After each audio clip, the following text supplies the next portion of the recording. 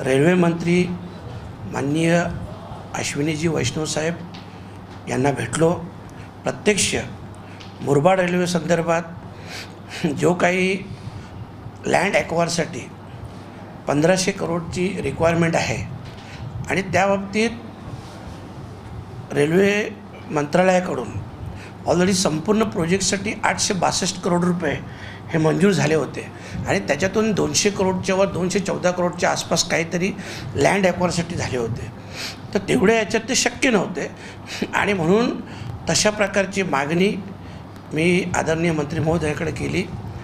दुसरा विषय होता जो वसई मार्गे, वसई भिवंडी दिवा मार्गे जी ट्रेन येतो ती ट्रेन जर CSTपर्यंत गेली तर भिवंडी म्हणजे आज जे भिवंडी आहे हे आपल्याला माहीत आहे सगळ्यांना की सगळ्यात मोठं महाराष्ट्रातील वेअरहाऊसचं डेव्हलपमेंट हब म्हणून भिवंडी आहे आणि भविष्यात भिवंडीचं रेल्वे स्टेशन हे खूप गजबजलेलं असणार आहे आणि सतत इथल्या लोकांची ठाणा मुंबईशी याचा वर्दळ वाढणार आहे आणि म्हणून त्या संदर्भात देखील मंत्री महोदयांशी चर्चा केली।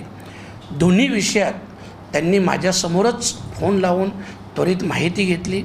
15 दिवसात मला लेखी माहिती देण्याचं मान्य केलं आणि दुसरी गोष्ट पुन्हा मला 15 दिवसात त्यांनी सांगितलं का तुम्ही या जी भिवंडीवरून CSTसाठी मेमू करायची आहे ती प्राधान्याने पॉझिटिव्हली लवकरात लवकर करू अशा प्रकारचं आश्वासन त्यांनी मला दिलं।